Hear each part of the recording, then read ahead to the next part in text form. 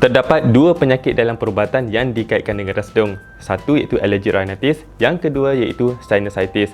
Assalamualaikum warahmatullahi taala wabarakatuh. Bersama saya Dr. Ikram. Pada video kali ini saya akan ceritakan mengenai apa itu sinusitis, gejala dan juga rawatan kepada radang sinus. Jom kita saksikan.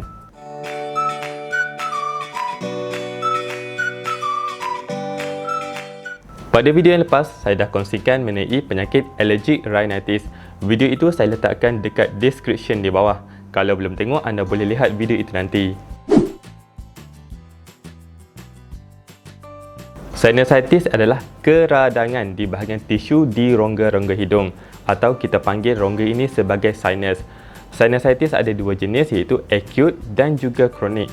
Bagi acute, simptom dia sekejap saja dan bagi kronik pula, simptom ataupun gejala itu berpanjangan buat beberapa waktu.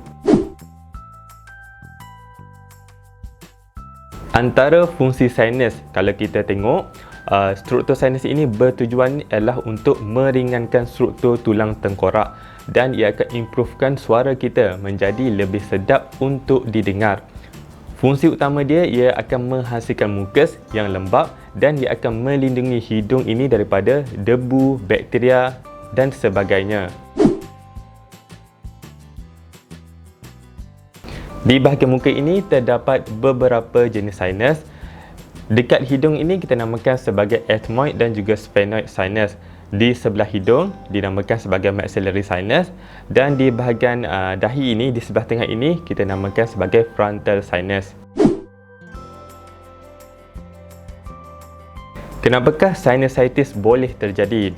Sinusitis ataupun radang sinus ini boleh terjadi disebabkan oleh jangkitan sama ada bakteria ataupun virus dan ianya akan menyebabkan keradangan di bahagian rongga hidung tersebut. Antara penyebab lain kepada sinusitis ini ialah seperti alahan dan juga chemical irritation. Antara penyakit yang juga boleh menyebabkan sinusitis ialah seperti polip di bahagian hidung.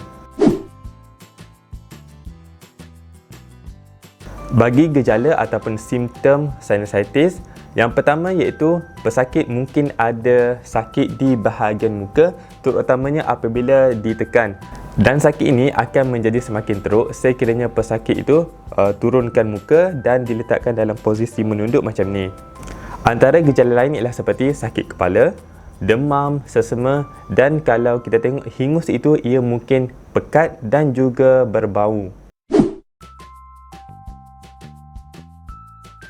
Bagi soalan ini, pernah viral dahulu yang ada rawatan resdung menggunakan lipas dan rawatan ini klaim ia dapat mengeluarkan ulat resdung dari permukaan kulit pesakit.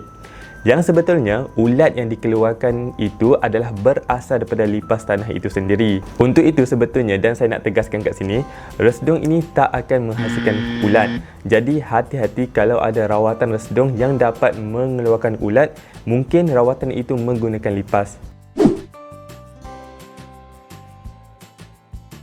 Bagi rawatan pula, yang pertama anda perlu berjumpa dengan doktor bagi memastikan diagnosis yang tepat dapat diberikan. Ini adalah kerana banyak lagi penyakit lain yang seakan-akan sinusitis.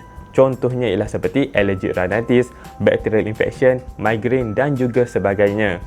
Dan sekiranya betul sinusitis itu berlaku, doktor akan berikan rawatan bergantung kepada tahap dan juga gejala berkenaan. Sama ada antibiotik itu diperlukan atau tidak adalah bergantung kepada pemeriksaan doktor.